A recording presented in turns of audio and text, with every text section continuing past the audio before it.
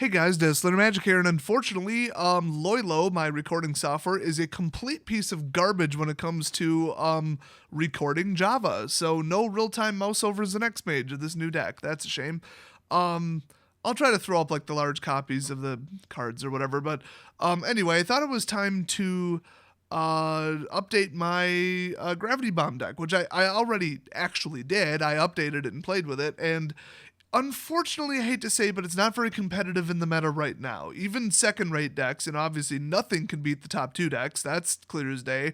But this is like, if you're trying to beat me with creatures and you're not just flooding 1/1s, I'm going to win, because I basically start the game with a ley line that says you can't attack me.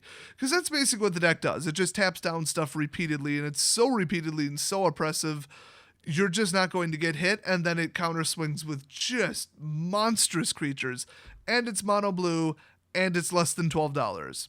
So if you want to build it, go for it. Just keep in mind, it's not quite as competitive as it used to be. I've never had a deck win this much, though, as when I played with this. I won F&M twice, almost back to back. Yeah, this is the one that I borrowed the little kid, and he beat me with it in round 3. So yeah, with me knowing every single card in the entire deck, he beat me with it in the round, not even just a game. He wasn't that great of a player. He was pretty good, but he wasn't that great. So that tells you the sheer power of this. I mean, even if you know what's coming and can predict every single move and know every card in it, you still can't beat this deck. Not if you're just swinging with a moderate amount of creatures, no weird stuff. So, in case you're not familiar, here's what it does. It just pins down stuff with every type of trigger you could ever possibly imagine, and it gets the most bang for your buck with spells. So let's just go through the cards. You're going to see some of these are new, obviously. Some of them aren't. So Stitch Mangler, I hate this card.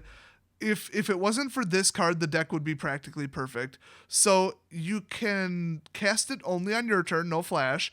It's a 2/3 for 3, so it's already pathetic on damage. It's on the ground, so nothing special there. And when it enters the battlefield, it enters tapped, so that sucks. But it taps target creature an opponent controls, and then during their turn, on their next untap step, it doesn't untap. So it blocks them for an additional turn. So you can eventually counter swing. It's just slow as hell, weak. It should have cost 2. I hate it. Weakest creature in the deck, and the only reason this deck isn't absolutely flawless is because the card support isn't there. For example, this.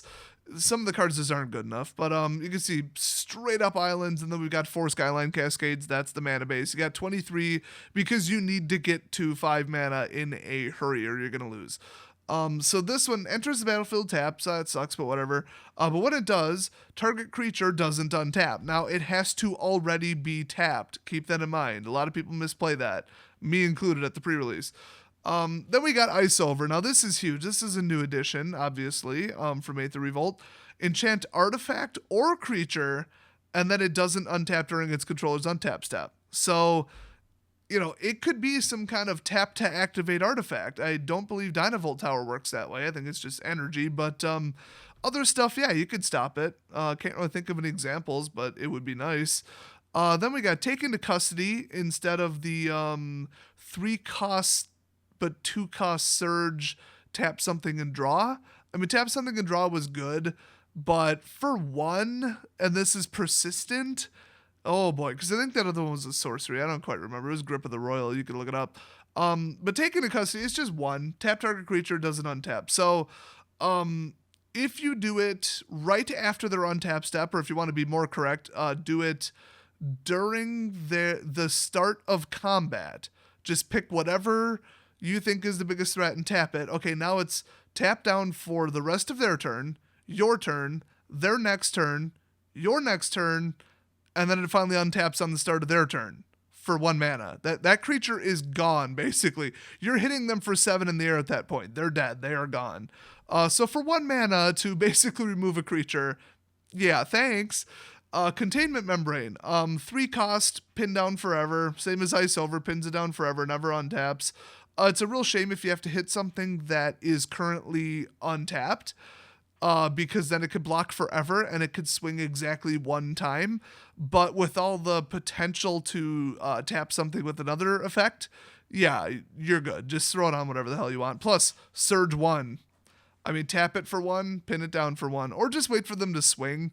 I wouldn't necessarily burn a spell just to put this on them. You got to be patient, because if you take 1 or 2 or 3 hits, great, you probably didn't have to, but you also aren't going to be below like probably 15 lives. So they ain't going to hit you down to 20. Trust me, not with this deck. So Containment Membrane, absolutely love it. So we've got 4 ice over 4 containment. That is huge, because you don't have to keep tapping it if it never untaps.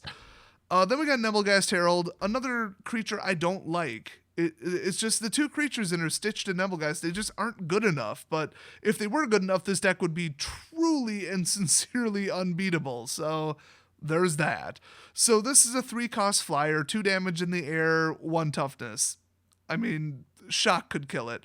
It has flash. You always, no matter what, always want to cast this on their turn, because whenever it enters the battlefield, or another spirit, so Niblis of Frost, don't miss that trigger, or a double trigger on another Nebelgast, you may tap target creature, but it doesn't remain tapped. So if you do this on your turn, they're just going to untap him. So to get the most bang for your buck, and hey, it has Summoning Sickness, drop it in on their turn. I've had so many people pilot this deck wrong, it's just painful. Then we got Chilling Grasp, one of the most powerful spells in the entire deck. Actually, it is. It's the most powerful. It's an instant. Once again, tap their creatures during their untap, or after their untap phase, or the first combat step. Before they declare attackers, if you want to be precise. That's the latest you could possibly cast it. So you tap up to 2 target creatures, and they don't untap during the controller's untap step. Madness 4. I mean, feel free to explain to me why that's a thing. Why it's an instant. Just cast it for 3. I don't get it. I really don't get it. I mean, unless you're choosing to discard it, but then you also want to make use of it, or you were forced to discard it, which would never happen. So ignore the madness cost. It is complete and utter BS and does nothing. And I think they honestly were supposed to put 2 and just messed up. Anyway, those 2 creatures are now gone for the remainder of their turn, your turn, their turn, your turn, and then they finally untap on their turn. Yeah, they're gone. Pacification Array. As I mentioned before, this card is unstoppable. You throw it out for 1, great. Pay 2, tap it, and take out an artifact or creature. They are now tapped down. It's not persistent, so you'd always want to do this on their turn, but if you have 2 mana free and you're top decking garbage, you're just top decking lands or whatever, this will save you. This is like a tap down spell every single turn. Oh my god, I love this card. Then we got the classic Mr. Nibbles, Niblis of Frost. Flying prowess and pseudo prowess, although enchantment auras do not trigger it, but they do trigger the top prowess. So remember that. 3/3 flyer for 4, not bad.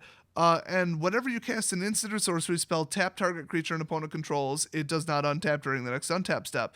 So you could cast Chilling Grasp and take out 3 creatures for like 4.5 turns or whatever, half turn cycles.